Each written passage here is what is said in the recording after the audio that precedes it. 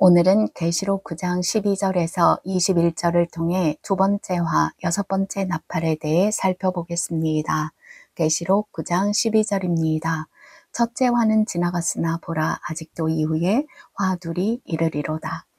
성소가 정결하게 된 이후에 있을 일에 대한 경고, 첫 번째 화, 다섯 번째 나팔에 이어 두 번째 화, 여섯 번째 나팔이 불어집니다. 계시록 9장 13절에서 15절입니다. 여섯째 천사가 나팔을 불매 내가 들으니 하나님 앞 금제단 네 뿔에서 한 음성이 나서 나팔 가진 여섯째 천사에게 말하기를 큰 강 유브라데에 결박한 네 천사를 놓아주라 하매 네 천사가 놓였으니 그들은 그 연월 일시에 이르러 사람 3분의 1을 죽이기로 준비된 자들이더라. 여섯째 천사가 나팔을 불자 하나님께서 나팔 가진 여섯째 천사에게 큰 강 유브라데에 결박한 네 천사를 놓아주라 하십니다. 하나님께서 하나님의 정하신 때까지 활동을 제한시키셨던 그 세력을 이제 풀어주어 유브라데 강이 활동하게 하십니다. 우리가 계시록을 계속 살펴보는 중에 위로를 얻는 건 모든 사탄의 활동이 하나님의 주권하에 있으며 하나님의 허락하심 안에서만 활동할 수 있다는 걸 확신하기 때문입니다. 먼저 큰 강 유브라데가 어디에 있으며 어떤 의미를 갖는지 보겠습니다. 예레미야서 51장 60절에서 64절입니다. 예레미야가 바벨론에 닥칠 모든 재난 곧 바벨론에 대하여 기록한 이 모든 말씀을 한 책에 기록하고 스라야에게 말하기를 너는 바벨론에 이르거든 삼가 이 모든 말씀을 읽고 말하기를 여호와여 주께서 이곳에 대하여 말씀하시기를 이 땅을 멸하여 사람이나 짐승이 거기에 살지 못하게 하고 영원한 폐허가 되리라 하셨나이다 하라 하니라. 너는 이 책 읽기를 다 한 후에 책에 돌을 메어 유브라데 강 속에 던지며 말하기를 바벨론이 나의 재난 때문에 이같이 몰락하여 다시 일어서지 못하리니 그들이 피폐하리라 하라 하니라. 예레미야의 말이 이에 끝나니라. 예레미야가 스라야에게 바벨론의 멸망을 예고하여 기록한 책을 유브라데 강에 넣으며 바벨론이 멸망할 것을 말하라고 합니다. 바벨론 성의 존폐가 유브라데 강과 연결되어 있다는 걸 알 수가 있습니다. 이 당시 바벨론은 유브라데 강을 바벨론 성에 이르게 해서 세 갈래로 나뉘어지게 했습니다. 한 갈래는 성 안으로 흐르게 하고 나머지 두 갈래는 성벽 주위를 돌아 흐르게 하므로 누구도 성벽에 접근하지 못하도록 했던 겁니다. 유브라데 강은 바벨론 성의 젖줄이며 요새였습니다. 그래서 바벨론 성을 멸망시키려면 유브라데 강을 말려야 합니다. 실제로 고레스가 바벨론을 멸망시킬 때 유브라데 강을 말립니다. 유브라데 강은 바벨론 성을 존재케 하기 위해 일하는 세력입니다. 그러면 바벨론 성은 무엇일까요? 바벨론 성은 성경에서 거룩한 예루살렘 성과 대조되어 하나님과 그 주권에 대적하는 종교 세력이며 나라입니다. 거룩한 성 예루살렘은 하나님의 백성들, 거룩한 하나님의 자녀들, 예수 그리스도의 신부를 의미합니다. 그래서 예루살렘을 딸 시온이라고 그리고 교회를 여자라고 부르는 겁니다. 열왕기하 19장 21절입니다.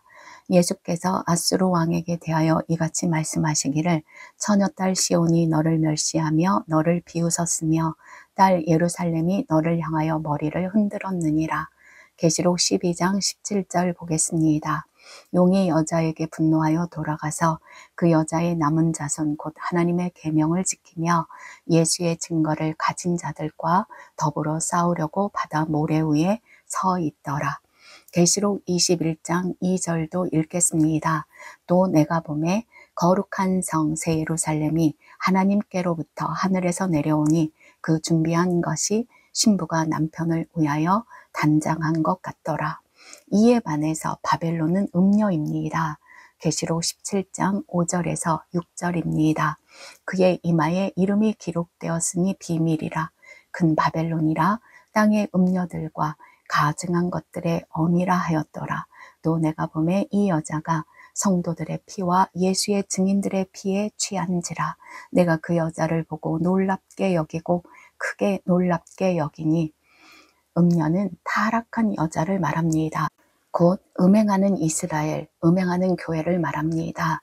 음행하며 하나님의 진리를 왜곡하고 하나님과 그 백성을 대적하는 타락한 교회는 로마 교회 바티칸입니다. 로마 교회는 루터의 종교개혁으로 개신교회가 생기기 전까지는 하나의 기독교회였습니다. 그러나 이 로마 교회는 말로 하나님을 대적하여 하나님의 때와 법을 바꾸고 매일의 제사를 없애고 성서를 헐고 하나님의 백성들을 대적하고 짓밟아 자기를 닮은 음녀들을 만듭니다. 그리고 그 후 이 시대에는 하나님의 계명과 예수 그리스도의 복음을 회복하여 지키고 진리를 전하는 제7일 안식일 예수 재림교회와 진리와 복음으로 깨어나야 할 개신교회를 예수회를 통하여 짓밟고 있는 큰 성 바벨론입니다. 그러면 이 큰 성 바벨론이 자기의 권력을 공고히 하고 자기 뜻을 이루기 위해 이용하는 유브라데 강, 이 시대 가장 막강한 정치적 나라는 어디일까요? 사탄은 로마 교회를 세우기 위해 로마 제국을 이용했고 중세에는 프랑코 왕국을 이용했습니다. 그러니 이 마지막 시대에도 막강한 군사력을 갖춘 세계 제1의 강대국을 이용하는 것이 마땅하겠죠. 계시록 9장 16절입니다. 마병대의 수는 2만만이니 내가 그들의 수를 들었노라. 다니엘은 이 나라에 대하여 다니엘서 11장 40절에서 이렇게 예언합니다. 마지막 때의 남방왕이 그와 힘을 겨룰 것이나 북방왕이 병거와 마병과 많은 배로 회오리 바람처럼 그에게로 마주와서 그 여러 나라에 침공하여 물이 넘침같이 지나갈 것이요. 다니엘서 11장에서 말하는 남방왕과 북방왕은 이스라엘 곧 하나님의 나라 교회를 무너뜨리려는 두 세력을 말합니다. 이스라엘을 기준으로 해서 북쪽에 있는 나라를 북방왕, 남쪽에 있는 나라를 남방왕이라고 부릅니다. 북방왕은 처음에는 로마 제국이고 그 후에는 로마 교회, 그리고 이 시대에는 유브라데 강입니다. 그리고 남방왕은 로마 제국 시대에는 애굽, 그리고 그 후에는 이슬람 지역의 나라들입니다. 이 둘이 패권 전쟁을 계속하나 결국 북방왕이 이깁니다. 그리고 지금 마지막 때의 북방왕 유브라데는 병거와 마병과 많은 배로, 즉 강력한 군사력과 경제력으로 남방의 여러 나라를 다 자기 수하에 둔 나라입니다.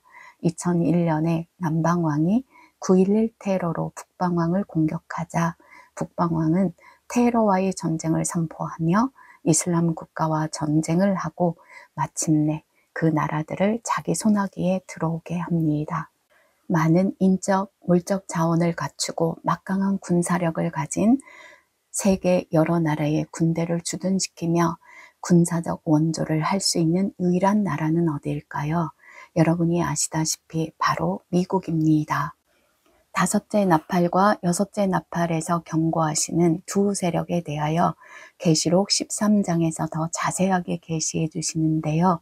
유브라데 강이 미국이라는 것을 좀 더 자세히 보기 위해 계시록 13장 11절 보겠습니다. 내가 보매 또 다른 짐승이 땅에서 올라오니 어린 양같이 두 뿔이 있고 용처럼 말을 하더라. 바다는 우리가 이미 살펴본 것처럼 나라와 백성입니다.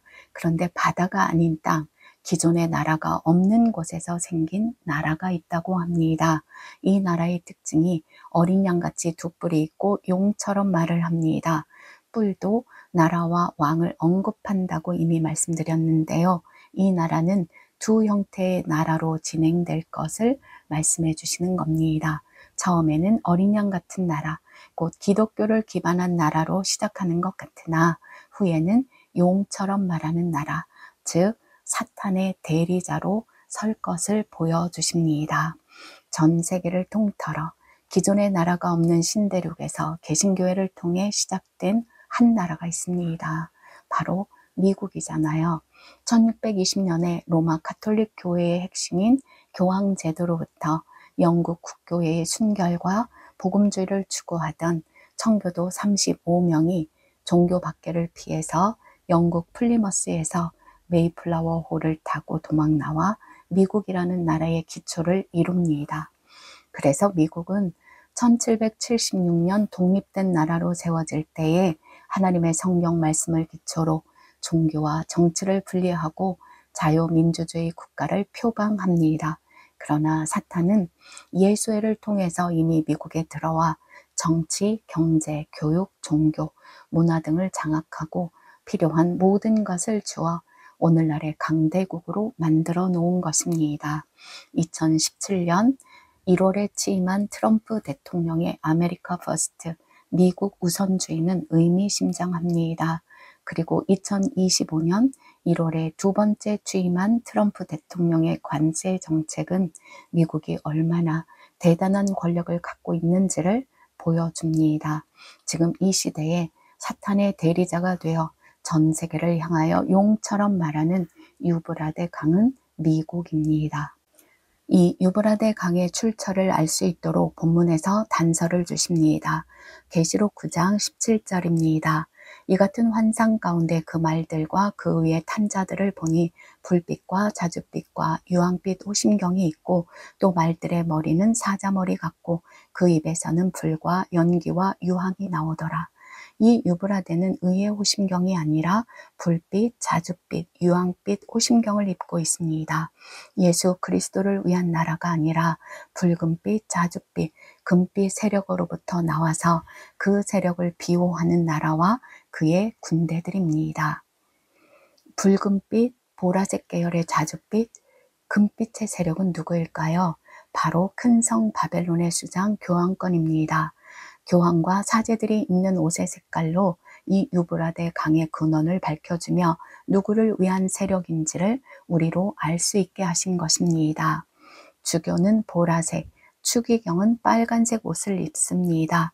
그리고 교황의 일상복은 흰색이지만 교황의 미사복은 붉은색, 보라색, 유황빛의 노란색입니다. 우리가 앞서 본 계시록 9장 9절을 보면 호심경이 세력의 정체를 알려주는 중요한 힌트입니다.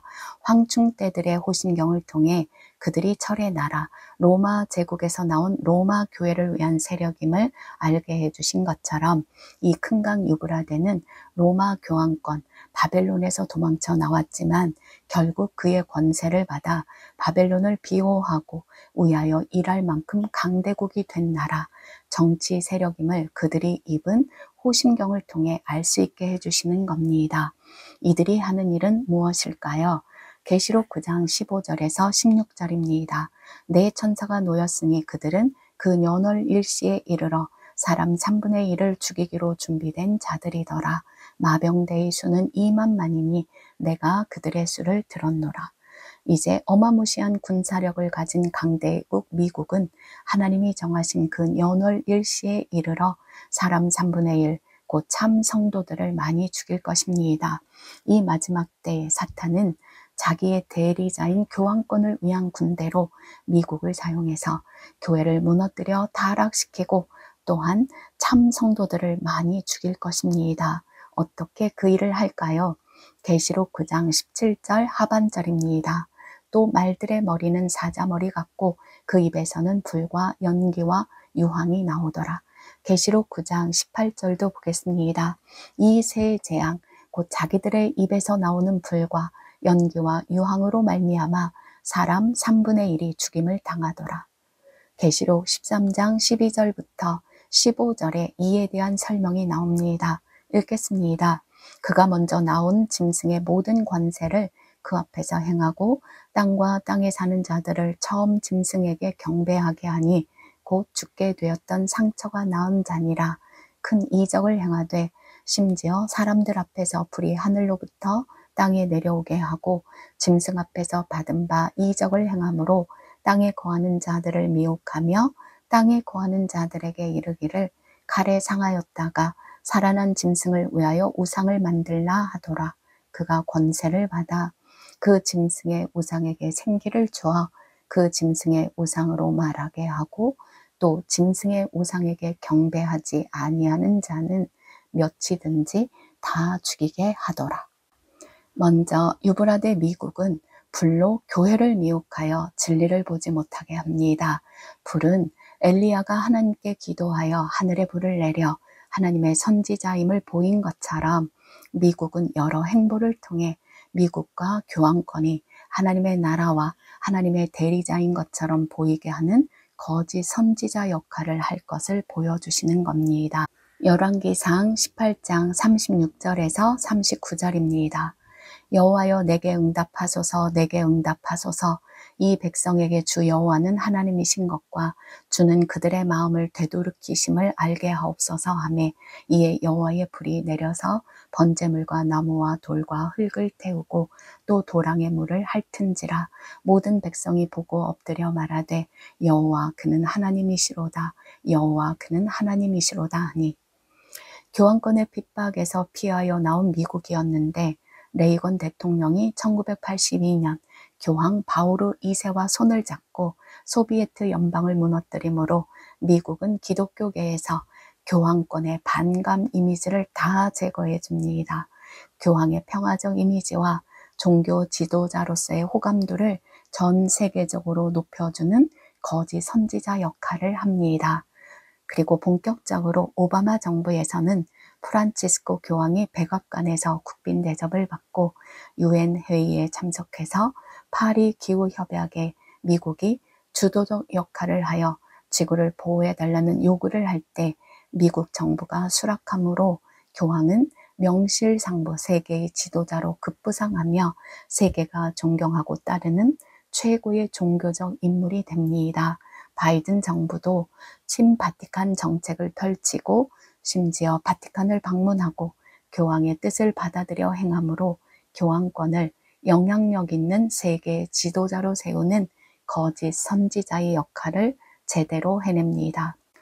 게다가 트럼프는 2024년 미국 대선에서 기독교 보수의 이미지를 부각시키며 기독교의 강력한 지지를 받고 당선되었습니다. 그리고 그 전부터 그는 친이스라엘 정책을 펴 이스라엘의 회복과 제3성전의 건축과 그때 적그리스도가 나타난다는 거짓 교리를 교회로 믿게 만들고 있습니다. 미국이 마치 하나님의 뜻을 이루는 것처럼 교회와 세상을 속이는데 성공하고 있습니다. 이제 이 마지막 때 트럼프 정부는 바벨론성을 위한 유브라데 강이 될 것입니다. 이렇게 미국이 거짓 선지자가 되어 교회를 미혹하는 것이 연기입니다. 마지막으로 유황은 재앙과 환란입니다. 짐승, 교황권의 우상에게 경배하지 않고 짐승의 표를 받지 않는 자들을 다 죽이려고 짐승의 표를 강요할 것입니다. 이 일을 위해 유브라데 강은 강력한 사탄의 힘을 얻을 것입니다. 계시록 9장 19절입니다. 이 말들의 힘은 입과 꼬리에 있으니 꼬리는 뱀 같고 또 꼬리에 머리가 있어 이것으로 해하더라. 말의 꼬리가 뱀이며 그 뱀이 실상은 그들의 머리라고 합니다. 꼬리를 감추듯이 전면에 드러나진 않았지만 뱀, 사탄이 미국의 머리, 주인임을 알려주시는 겁니다. 미국은 이제 사탄이 주는 권세로 사탄의 입이 되고 행동 대장이 될 것입니다. 6번째 나팔에서 알려주시는 이 미국은 머지않아 교회를 미혹하여 사탄의 대리자인 교황권을 경배하게 하고 죽기가 두려워 짐승의 표를 받도록 하여 많은 교회를 무너뜨릴 것입니다. 그러나 절대로 해를 받지 않는 14만 4천은 매매를 못하게 하는 위협에도 절대 굴하지 않고 짐승의 표를 받지 않고 죽기까지 충성할 것입니다. 그때 비로소 계시록 6장 11절 말씀이 완성됩니다. 각각 그들에게 흰 두루마기를 주시며 이르시되 아직 잠시 동안 쉬되 그들의 동무 종들과 형제들도 자기처럼 죽임을 당하여 그 수가 차기까지 하라 하시더라. 5번째와 6번째 나팔에서 드러난 이 두 세력은 결국 마지막 남은 화, 하나님의 진노의 5번째, 6번째 재앙으로 멸망을 당합니다. 계시록 16장 10절입니다. 또 5째 천사가 그 대접을 짐승의 왕좌에 쏟으니 그 나라가 곧 어두워지며 사람들이 아파서 자기 혀를 깨물고. 계시록 16장 12절도 읽겠습니다. 또 여섯째 천사가 그 대접을 큰 강 유브라데에 쏟음에 강물이 말라서 동방에서 오는 왕들의 길이 예비되었더라. 잠깐 세력을 발휘하지만 결국 이렇게 멸망할 세력의 위협을 두려워하지 마시고 여러분 반석 위에 서서 진리의 말씀과 복음을 먹고 불과 그 연기에서 완전히 나오십시오. 믿음으로 말미암아 하나님의 능력으로 보호하심을 받아 그들이 주는 유황, 짐승의 표 환란에서도 반드시 이기고 서십시오. 그래서 7번째 나팔을 부실 때에 온 세상에 임할 하나님의 화, 유황에서 벗어나 첫째 부활에 참여하여 공중에서 주님을 영접하십시오. 유브라데 강이 행사한 재앙과 환란을 통해 하나님께서 자기의 참 백성과 하나님이 아닌 만문을 섬긴 짐승의 백성을 갈라내시면 예수 외에 150년간의 활동도 끝납니다. 죽이지는 말라 하시며 교회에 경고의 나팔을 불어 회개할 기회를 주셨는데 순종치 않은 자들에게는 150년의 끝, 짐승의 표 환란 후에는 회개할 기회가 더 이상은 주어지지 않습니다.